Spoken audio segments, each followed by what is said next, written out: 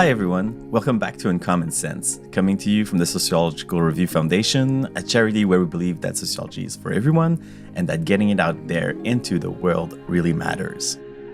In other episodes of this show, we've taken on heaps of different terms and given them a sociological twist. So among them, we've looked at care, desire, we've done love. And today we're doing another one seemingly in that same vein, I guess, maternal. Alexis, I'm going to revert to our old way of doing things and ask what that term evokes for you. Hearing that word really, for me, the expression, maternal instinct, that would be something that's evoked from that. But concretely, when I think about that, it brings me to when our first son was born. And the first time we went out of the hospital, it was around Christmas time, and I had to put him into the car seat. We were with the whole family, and I remember my mom, my partner's mom, my partner saying "Oh, this is how tight you should put the baby in," right? But yeah, that's the kind of memory that comes back to mind. How about you, Rosie? Well, yeah, I think it brings up parenting stuff for me as well as a mother. But just that idea, when I think about being maternal, it's just that really cliched stuff, right? Being warm, being caring, being dependable. But I think the point today, though, is to get past those cliches.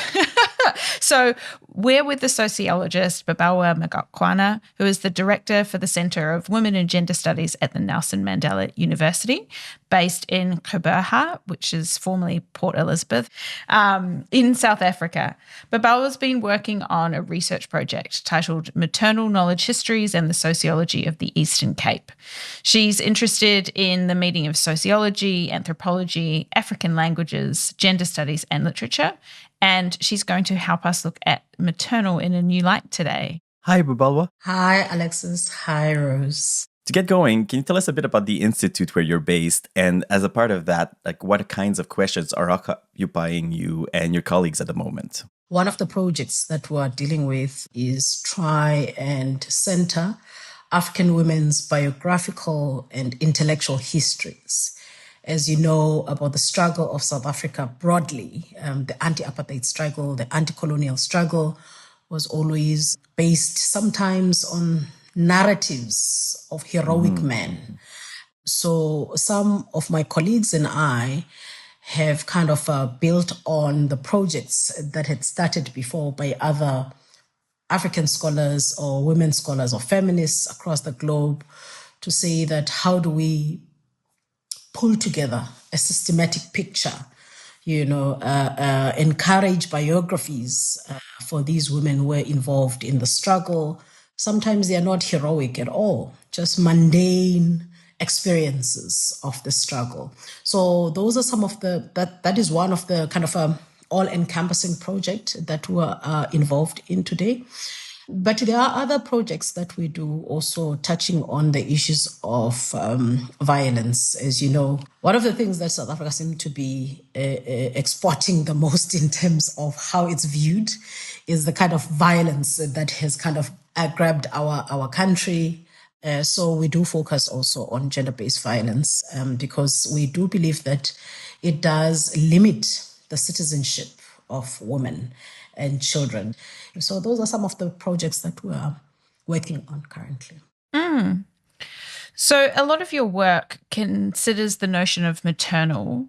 But before we get into how you use that word in an academic sense, I'm really curious to know what the word meant to you growing up before you became a sociologist. As I understand it, your grandmother was a key figure in your thinking. Yes.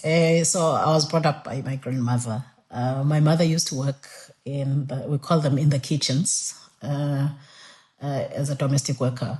But my mother was the one who was at home mostly. So we grew up with her and lots of grandmothers in the village.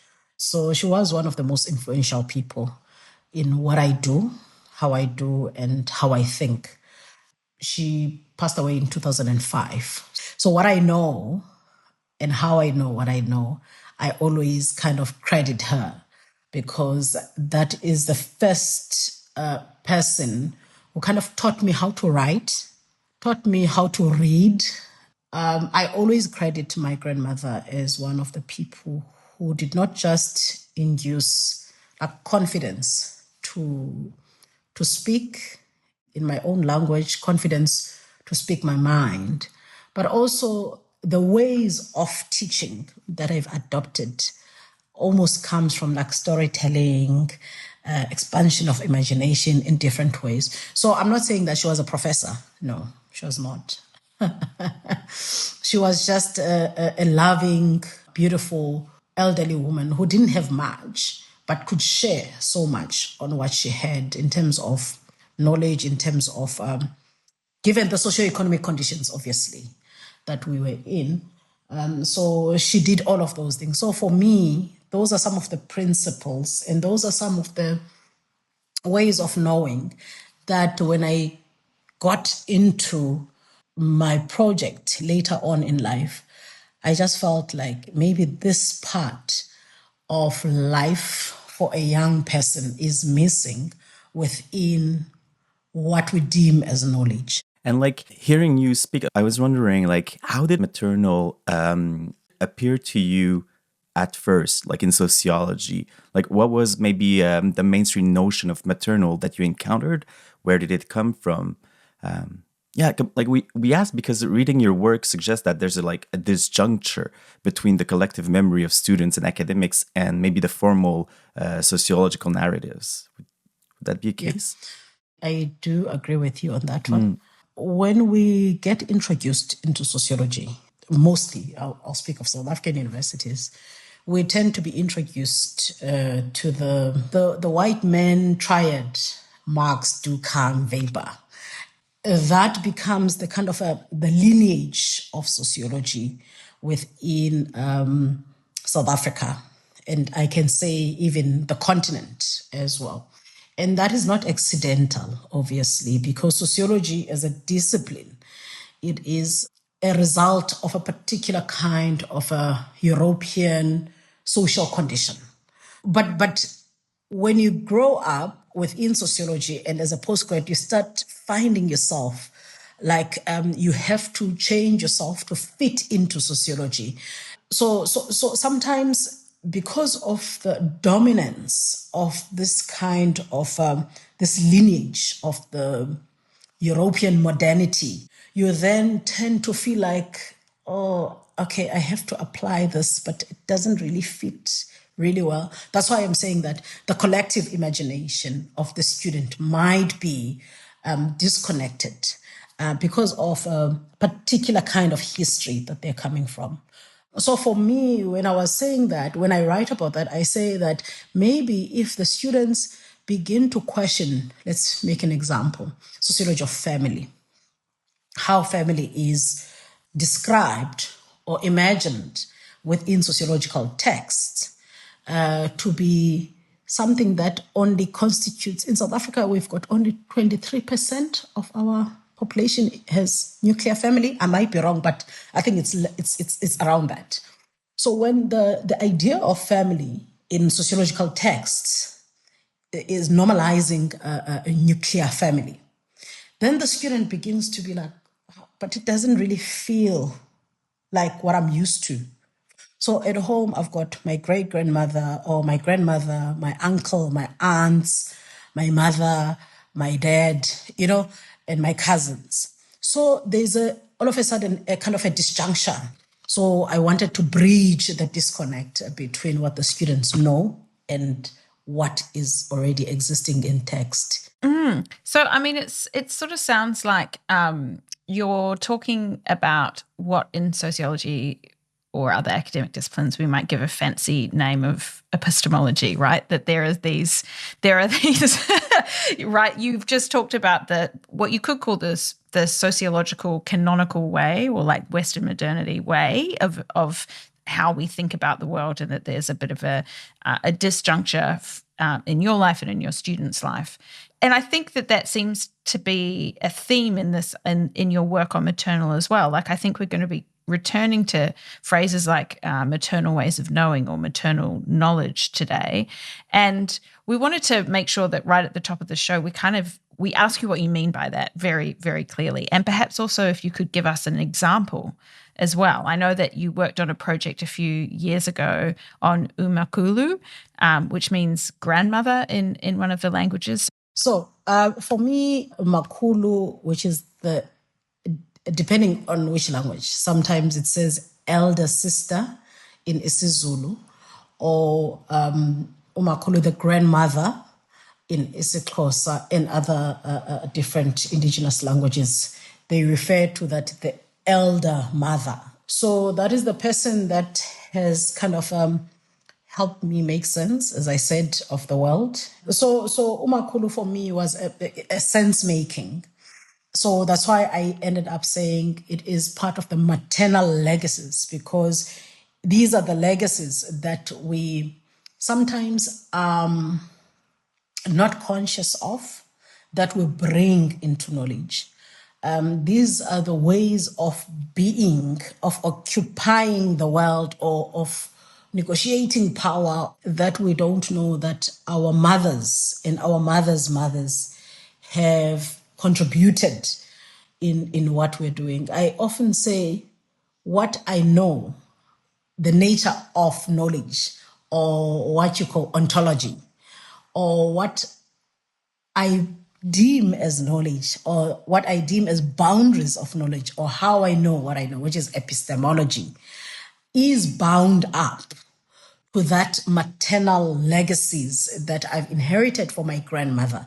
So my grandmother was a sort of an institution of learning for me, a learning space, a space of imagination. We didn't have, growing up, obviously, and still in South Africa, in rural areas, some children tend to be limited in terms of accessing schooling at an early age. So grandmothers, even today in the rural areas, they are still the kind of the backdrop of those communities in terms of learning, but also what is becoming a problem as well, the graduate unemployment. People who are unemployed after acquiring, let's say, your first degree, your bachelor's degree, they also tend to depend on the grandmothers in the communities, because grandmothers in South Africa, they still have social security, but there's a growing number of young people who don't have access to income. So what Sarah Muswetsa will call social reproduction of the Black household is still dependent on the elderly grandmothers, because they are what is consistent in the household. If you take it back to the history of the migrant labor system, again in South Africa, where the elderly were kind of people who kept things going when the young ones went to the mines. It's an ongoing institution that I believe of learning, but also it's a support structure. And at the very same time, it is what makes us who we are, some of us. And this is not just about rural areas. So that kind of institution of the maternal kind of a base is still very much relevant. Let me make an example, Rose, quickly, of most of the liberation fighters in South Africa. They tend to reference their grandmothers as the source of history making. If you read biographies of even Steve Biko, I think his son Gosnati writes the foreword to say, if it was not for my grandmother, we would not have had this particular book called I Write What I Like, because she was the one who was putting together the speeches for all of us to collate at the end. Even Winnie Madikizela Mandela, is said to have been influenced by umakhulu, her grandmother, who was teaching her about race relations growing up in the colonial South Africa. So this is, I know it sounds like it's too broad, but at the heart of it is the centering of women's ways of knowing, especially elderly women or senior women that become part of who we are and what we do in trying to make sense of the world. That's really powerful. And so you were mentioning really a lot of different elements, but even like notions of socialization, right? So when in a young age, you learn in school like certain things, and when the notions that you learn are sometimes very different than what you're experiencing in your life outside of school and so forth, right? That can lead also to kind of question the ways that you're living, the things that you know, and so on. But hearing you speak, it really gives the sense that this production of knowledge is also an imposition, like maybe a colonial imposition. Am I right that your thought has been inspired by reading Ife Amadi Ume's, the Nigerian poet and academic? Yeah, no, definitely, definitely. Most of my work has been influenced by West African thinkers. Ife Amajume at the center of that. Her work on male daughters and female husbands.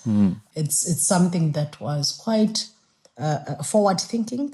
I think the first edition was in 1987 and then the last edition 2015. She was basically saying that in most of what we deem as universal ways of treating women and all of that, sometimes they are cultural.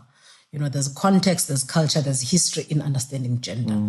So if you're going to combine gender and sexuality as the same thing, then you're missing the fluidities that sometimes existed within a particular context, of which she was studying the Igbo society in Eastern Nigeria. So that fluidity is something that was neutralized by the colonial project. That's what she says, that fluidity of gender and sex, where the body did not match the role in a way, was neutralized so that we can have binaries in terms of sex and gender. That thinking was quite forward thinking because even currently, the idea of gender being beyond binaries, it has come into the conversations. So the African feminists to start thinking and say, but sometimes the body doesn't really match what the responsibility is of that particular body. So just because I'm female, it doesn't mean that, I should be treated in a particular way. So that, for me, was quite eye-opening. And she was referencing the pre-colonial histories. She was referencing language in that work. She had to do ethnography in this community. And some of the documents, that's what Oyeronke Oyewumi in The Invention of Women says. In the language that she found in the archives, the language that gave women power was neutralized because of sometimes English being as rigid in its categorization. That's what Oyeronke Oyewumi says. And then you find that even though in the Yoruba language, the king is not really male, then English had to force the king to be male. I'm making examples. So I think that kind of thinking actually sparked something with me. And I could relate to that because most of where we grew up in, it was about seniority, age that is not chronological. So we can make an example of when the twins, when they're born, most of the time you think that the first twin to come out is the eldest. But no, the first twin to come out is presumed in many African societies to be the youngest, given the fact that the belief is the first twin or the twin that is left behind is the one that sends the first twin out to check out the coast, basically. So that is seniority, that is not chronological. So that's why I'm saying that seniority was not always based on a chronological age. So I could relate to that kind of work. It's like the idea of umakhulu, the grandmother. In the Zulu language, ugogo is also called the grandmother. Ugogo can be someone who's spiritually called to be isangoma, being a male. So I can be a male, but being with ugogo as an ancestor, which means the ancestor that has called me is called the grandmother. So spiritually, these kind of the binaries also are complicated. It is that fluidity that I thought is rich from the language, is rich from the histories that these West African scholars are writing about, that we could also relate in Southern Africa on. Just winding back a little bit, I was so interested to hear you talk earlier about the mothers of anti-apartheid activists, because it reminds me of some recent work by Anna Malika-Tubbs, which similarly kind of celebrated, I suppose, the mothers of Martin Luther King, James Baldwin, Malcolm X. And we're going to put the link to that book in our show notes because, you know, this all seems to be riffing on a similar theme. Perhaps it's a trend, which would be really amazing if it was to think about how women have kind of contributed to history a bit more. I remember the book. And I think it's something similar. It could be stars aligning globally, people thinking that we are elevating the sons more than the mothers, who actually formed a fundamental value system for the sons to kind of be at the forefront of the struggle. And there is a student of mine that is doing a work on Nosekeni Mandela, the mother of Nelson Mandela, currently. And the argument is similar to what Tubbs is saying about sometimes the mother-son relationship could allow the son to be heroic. But also, as I'm saying, it's not just about the son's story, but it's also about non-heroic ways of doing things by the mother as well. Not that we're trying to be either or. Because sometimes we know that motherhood, because of how people have termed it as oppressive and how it has been used by a misogynistic world to say that it's demeaning to women.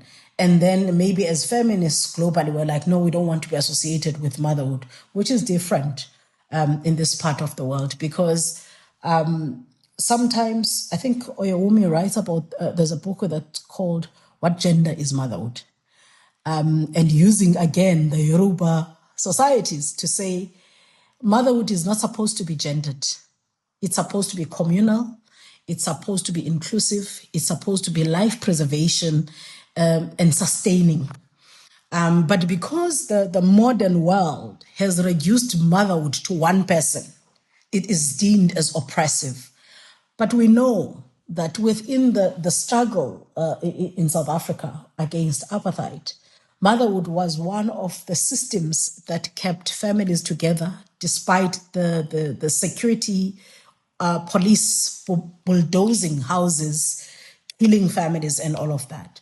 So I understand the kind of a dicey relationship that feminists have with motherhood because it tends to reduce women to a particular identity, which is dangerous because if we don't also degender motherhood, then it means women will continue doing the household chores, being at the back, being in the private, being, all sorts of things. I really love this notion of degendering motherhood because you're kind of getting both to the idea that there are some women who are not mothers and perhaps do not want to be mothers, but then also mothering or like maternal knowing, let's say, is also something that is done or performed or whatever you want to say by people who are not women as well. Yeah, no, I totally agree with you, Rose, because I think in one of the papers I wrote, I talked about how in these multi-generational families, the work of the maternal is done by the uncle. My mother's brother is called in isiXhosa umalume. Malume is my mother's brother. So umalume, the ma in front of lume references the mother, So when you're saying umalume, which is the uncle, it means the duty of the uncle, my mother's brother, is to mother, basically, the children of the sister. But it's just that because gender and motherhood have been kind of collapsed, we have kind of expected less and less of men to do the mothering, which is not supposed to be the case, because if my own uncle in my language is ought to be my mother, part of the mothering, it means that it is a collective effort. Mothering, or the maternal duty, the maternal is not gendered in the binary sense. In the discussion, you've shared experiences of like your encounters with sociology and also many examples of diverse contexts, languages, and so forth. Babalwa, I note you speak at times in your works of African sociology. For example, you have this paper with Gqeberha titled Reconnecting African Sociology to the Mother from 2020. Can we speak of African sociology in general? What are the risks and the gains also in doing so? No. Jimmy is one of the people that have really traveled with me and that has inspired the work that I do. One of the key things that Jimmy Adesina always talks about, he's currently at University of South Africa. He used to be at Rhodes University. He taught me from the second year up at Rhodes University. And he used to say, most of the time, as scholars, as researchers, we go out in the world looking for something that we already possess. So the ordinary, basically. We already have what we're looking for. So also in his recent paper, he talks about going to Sokoto, looking for Sokoto in your pocket. But it's something that is it's in Yoruba language. I can't say it, unfortunately. But basically, African sociology ought to know, in my understanding, that you are coming from a particular continent. Yes, it's also a commitment. It's not just a continental geography, but there is a commitment to, obviously, the continental ways of doing things, the values of the continent, the geography, and also the liberation of the continent from its, poverty that is kind of crashing in many different ways. But I'm not saying that there's only one Africa, one way of doing things. But there are few things that make the continent similar in different ways. For example, one of the things that we all agree on, whether you're coming from East to West Africa or Southern Africa, we know that Ubuntu as a philosophy is something that we share. The fact that my personhood is defined by the connection to the community. And also my connection to the community ought to be connecting me to humanity, to broader humanity. So that is Ubuntu as a philosophy. I think most of us agree on that. Number two, what ought to differentiate African sociology from different other sociologies would be the clan system in terms of defining families. Most of African societies in different parts of this continent, they share what it means to be who you are as always connected to your people. I say inverted commas because it means your clans, the groups and the people that have formed you. So the collective that is in you. Whether, for example, my clan name is more important than my surname. Surnames to us are a recent phenomenon. Less than 200 years old. So we've always gone by the clan name. So the clan name, whether married or not, remains the same. So I keep that as an identity. My identity comes from those who have gone before me. And number three, in most parts of this continent, we have a cyclical understanding of what time is.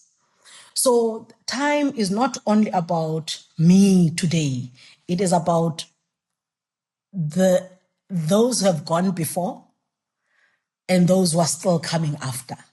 And the last one, which the one that I've seen, has been how the society in itself is organized around women.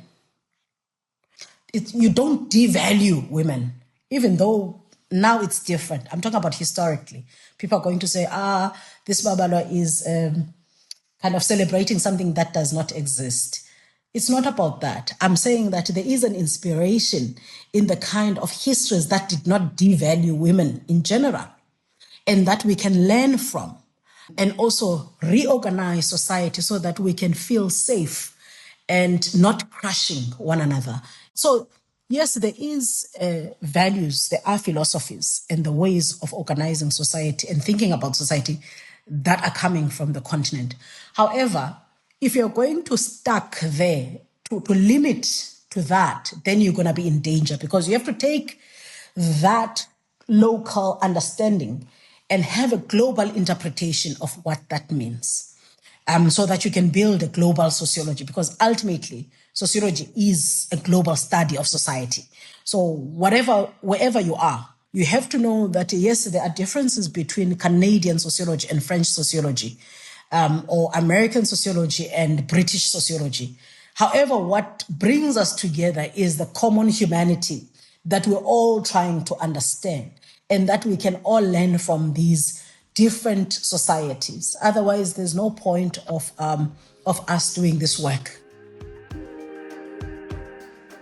And on that note, I have really enjoyed the way in which you celebrate and focus on language from the continent so much in this episode so far, because it's really showing how rich and generative that can be for sociology.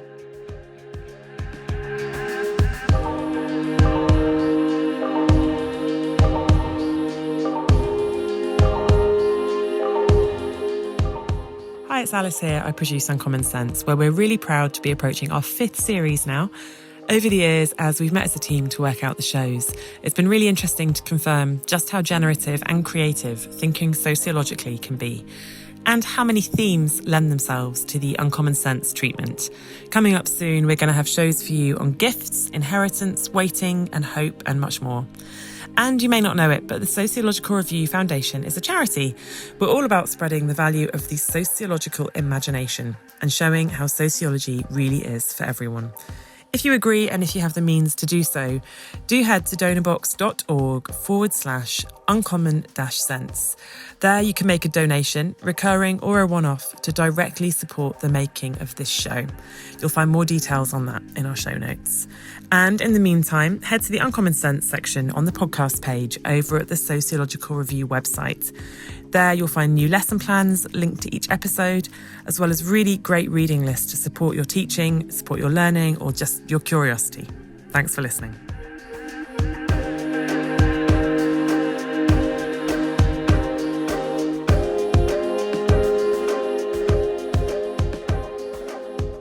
Okay, Babalwa, normally at this point in the show, we ask our guest to talk about someone who's inspired them in their work.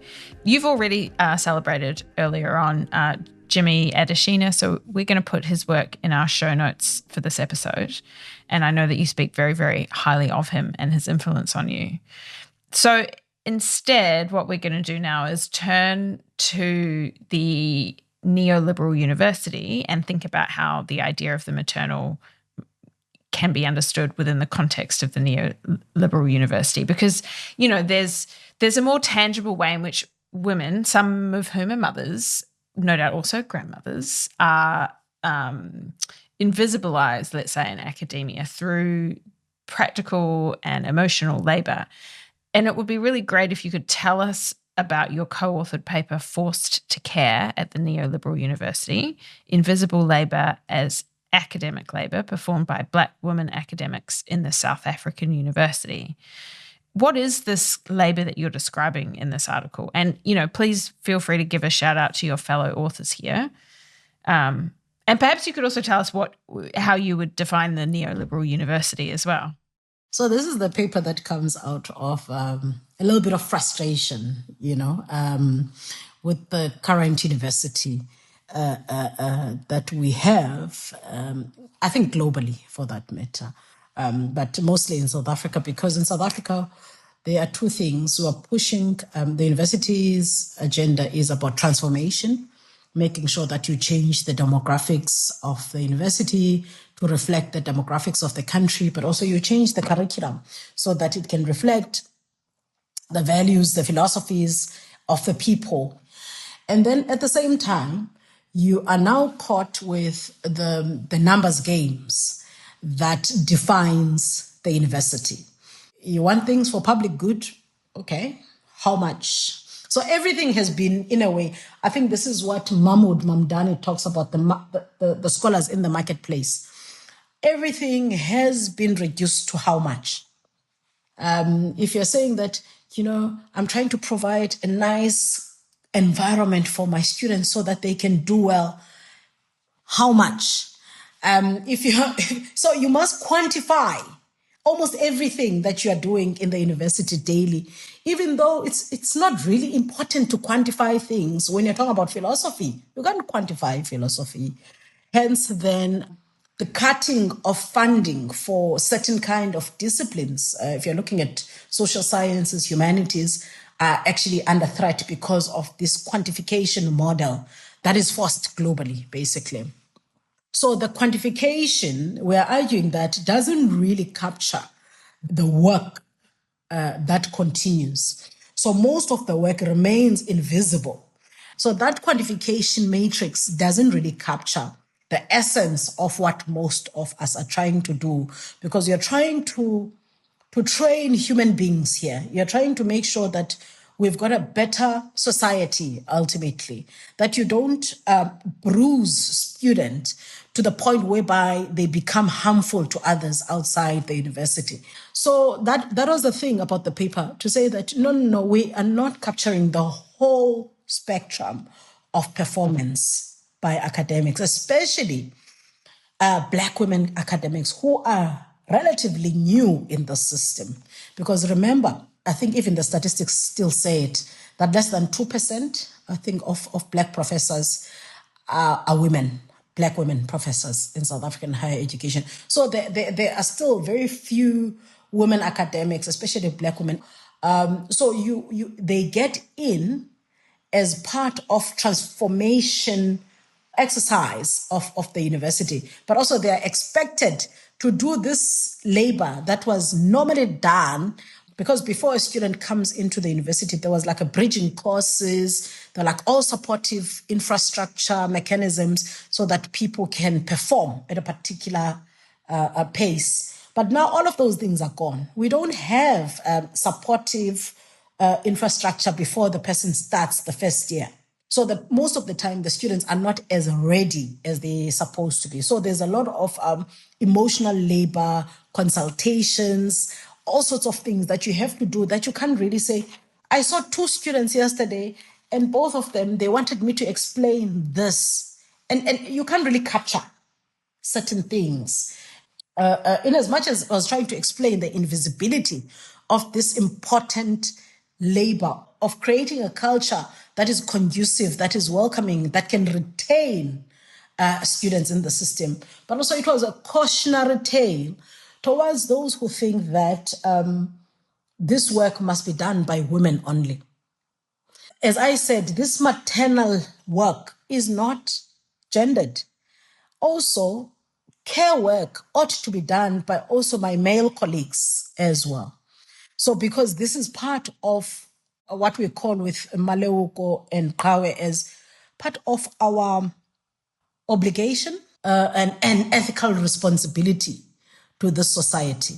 Don't just bring women to throw them back into the dirty work that Glenn Nakano talks about in the foster care. Dirty work is not only for women. All of us, we must do the dirty work, because the maternal work is non-gendered. All of us have to care. Mm-hmm. As we kind of dream what the university could be or should be, right? It allows us to think critically about, like, we're not just forming, like, training like professionals, right? They're citizens and so on, as you've mentioned. And everything you've spoken about really brings us back to these ideas of like mentorship, care work, and a lot of work that are doing is being done by Black colleagues and so on. That is ghost work, right? That is not given credit, given recognition, given remuneration. Yeah, so there's danger in de-emphasizing teaching, because apparently, teaching supposed to be done, research assistants, student assistants. The professor must focus on professing. And that kind of separates the senior colleagues, the senior professors from the classroom. There's something about experience. Let me reference the book that we talked about. Inyathi buzokwa phambili. It says, the proverb, it comes from saying that, the novice, the young people, it's good for them to ask to the wise, the people who have done the work before. So that whole notion of bringing the senior with the young together is actually a necessity for us to sustain the academy, not only as professionals, but also the public nature of the work that we're doing, and the importance to bringing up citizens that are grounded. So for me, that is the danger of separating the professor from the classroom. Finally, Babalwa, we've highlighted some of the challenges facing South African sociology today, but could you talk about the particular vantage point that working in South Africa gives you? I think generally sociology, as I said, just like any other social sciences and humanities, they are being challenged in different ways in terms of their sustainability or survival in the future, because of people are saying that, I don't really need to go and read Bourdieu anymore because I can just get AI to tell me what Bourdieu says. Okay. Why should I write an essay when the whole machine can just generate that in 2 seconds? Again, connecting to what I was talking about in terms of training, the cognitive training and writing skills and all sorts of things that are being lost in the shift towards saying, we really don't need these social sciences because these people are just writing text, forgetting that sometimes social sciences and humanities, their strength also strengthens democracies. They strengthen social justice causes that the society still needs, and also the kind of students that we get out in the world.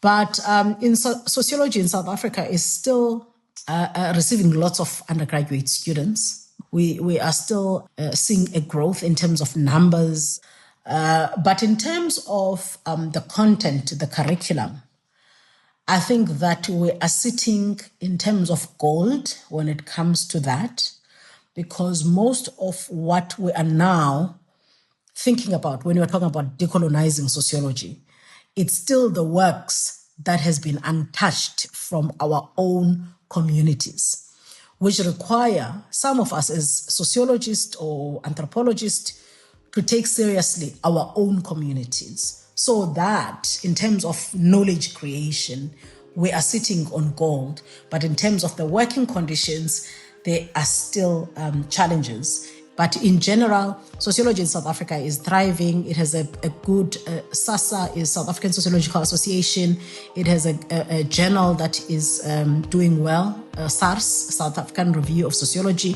So there's a lot of work that is being done. That is all that we have time for today, Babalwa, but I have so enjoyed this conversation. We've managed to go from this kind of uncommon sense approach to the concept of maternal, and I particularly really enjoyed thinking about degendering the maternal in that context. But somehow you've brilliantly linked all of this to the idea of a truly global sociology. I think that's just such a valuable conversation for us to be having. So thank you so much for your time today. I've had a great time talking with you. Thank you so much, colleagues. I enjoyed the conversation. And thank you, Alice, for your patience. Thank you, Alexis. Thank you, Rosemary. It was really wonderful and honor to be with you guys. Thanks as ever to all of you who listen and who share the show with your colleagues, your students, your friends, maybe your administrators also. Don't forget, we have a load of brand new lesson plans ready to be used in the classroom. Just click into the individual episode pages for this show over on the podcast page at the sociologicalreview.org. They're ready for you to use. And those lesson plans really are pretty great. They've been put together by doctoral researcher Isabel Sykes, and they feature activities presented in simple worksheets to support A-level teaching on topics matching AQA and Cambridge OCR syllabuses. Our producer is Alice Block. Our sound engineer is David Crackles. We'll be back with you soon. Thanks for listening. Bye.